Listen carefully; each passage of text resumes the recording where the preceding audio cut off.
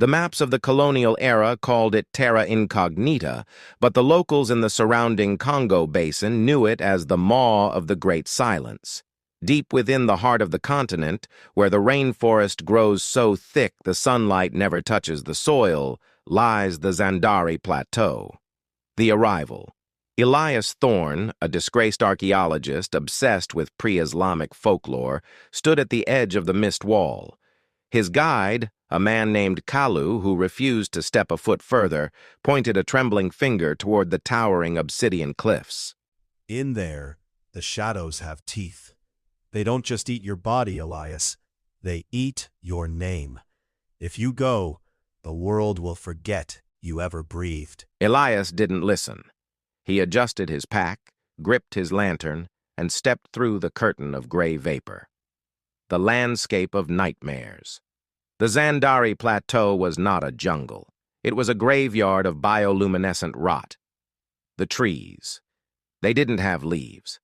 They had long, vein-like tendrils that pulsed with a dull violet light, reaching down to snag anything that moved. The air. It tasted of copper and old smoke. The silence. It wasn't quiet. It was a heavy, pressurized weight, broken only by the sound of things skittering just out of sight.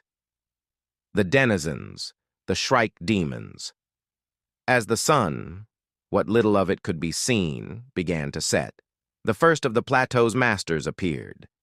They were the Kijani, or the Green Eyes. They weren't the horned beasts of European myth. These were African demons born of the earth and ancient spite.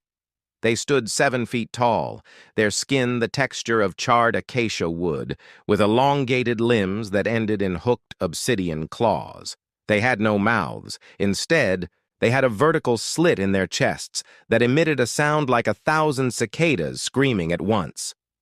Elias crouched behind a ribcage-shaped rock as a pack of 3 drifted past. They didn't walk.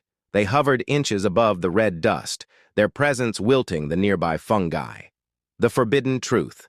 In the center of the plateau stood a city made not of stone, but of calcified bone.